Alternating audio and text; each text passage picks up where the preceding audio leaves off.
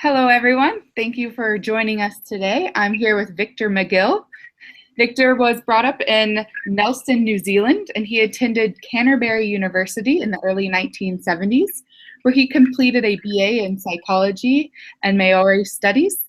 There, he was also thoroughly interested in Maori mythology, and he came to explore the fairy stories and myths. And then in 1995, he went on and published When the Dragon Stirs, Healing Our Wounded Lives Through Fairy Stories, Myths, and Legends.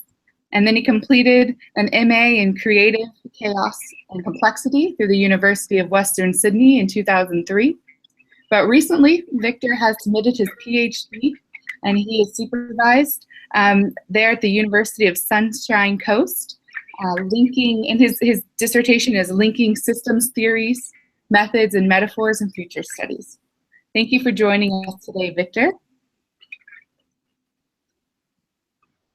Yeah, and I understand that the paper that we're going to be talking about today is a paper that you have prepared for the Journal of Future Studies Special Symposium, Reimagining Politics After the Election of Trump.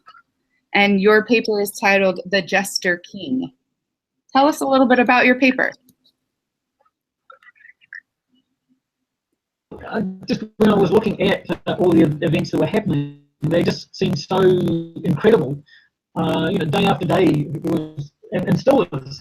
There's just events happening all the time that just didn't make sense. That were just so far out of the ordinary that it seemed to make sense to take them right out of the ordinary and place them in another realm, in a once upon a time place. And there they seem a little bit more real and reasonable. That I do have working with fairy stories and myths and mythology and metaphors. I just came across the idea of representing what was happening with the idea where the king gets called away from the throne and the jester jumps on the throne, just seemingly as a joke, but everybody takes him seriously. And then, of course, he gets into enjoying being in that position of power. Sure. And then to bring it into the future picture of looking at some scenarios, I wove that in with the idea of the royal fortune teller coming. You're talking about 4 different dreams that the fortune teller had that gave 4 different could lead, and of course an enormous wide range of futures, ranging from annihilation. Ability that we can work in new ways to get back to the solid foundation of our humanness and putting our humanness first to creating a better world and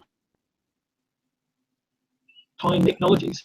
But in order to make that step to that best scenario, or one of the more preferred future, the only way I could see it happening was if there was a magical intervention from mythical being that opened things up and made it possible. But within all the chaos and we're seeing everywhere, that there are still pathways where we can. It's good to see that, but we also need to acknowledge the way that things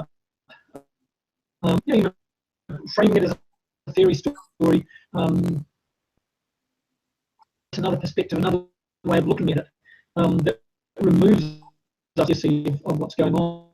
I've worked in the past of people creating their own fairy stories about their own lives, where they'll take the past trauma and events that have happened and turn them into a fairy story way. And it's a way of reprogramming in our mind the future that we want to create. And so that is a part of what Jester King. Sure. Thank you for that. And just given your analysis a little bit more than just the paper, but what do you see or how can you see envisioning the long-term future, whether pre or post-Trump or other direction? Well, I mean, I think that's one of the reasons I like the yeah, I mean, more than ever, the directions that we're heading in are just so unknown. We could very easily be sitting on World War III right on our doorsteps. That's very scarily close, what could be. But I'm also seeing that there's a real groundswell, particularly I'm thinking of Michelle Barnes and his work with the peer-to-peer networking, with that sort of collaboration, between the government and business and people, where the people actually get a real voice, create the future that we want. It's just finding the ways for that to become manifest and be realised. So there really is some real hope,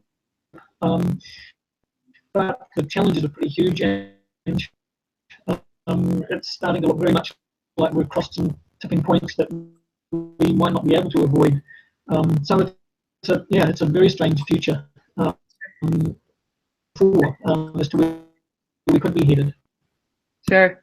You said in your first comments that there were strategic pathways forward that you noticed and that you identified while you were writing this paper. Is there a sense of agency and power that you can identify? I think the aim is the ability of people to collaborate. Networks and the local networks can link into global networks. Sure. I mean, something has to happen for the base of power to move out from the 1% who are holding it at the moment. And those 1% are only there because of the consent, implicit consent in the way the structure is set up. So it's about individual people recognising what's going on, linking together locally, and from those local groups linking through. And the power of that is just absolutely enormous. And I think, for me, looking at it, that's the only sort of vibe that we can really break down the power blocks. Right. Well, I definitely enjoyed reading the Jester King myself, and being able to think about our current situation and maybe less of a tangible way and more of a mythological and situation, so that it helps you.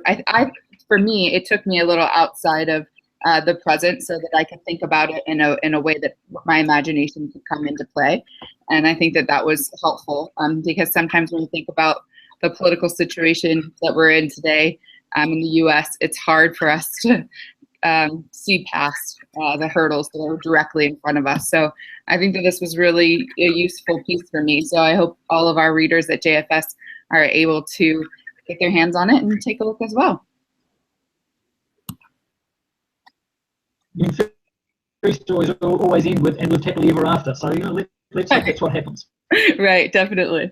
Well, thanks again for joining me today, and I just appreciate it and look forward to the larger symposium coming this May.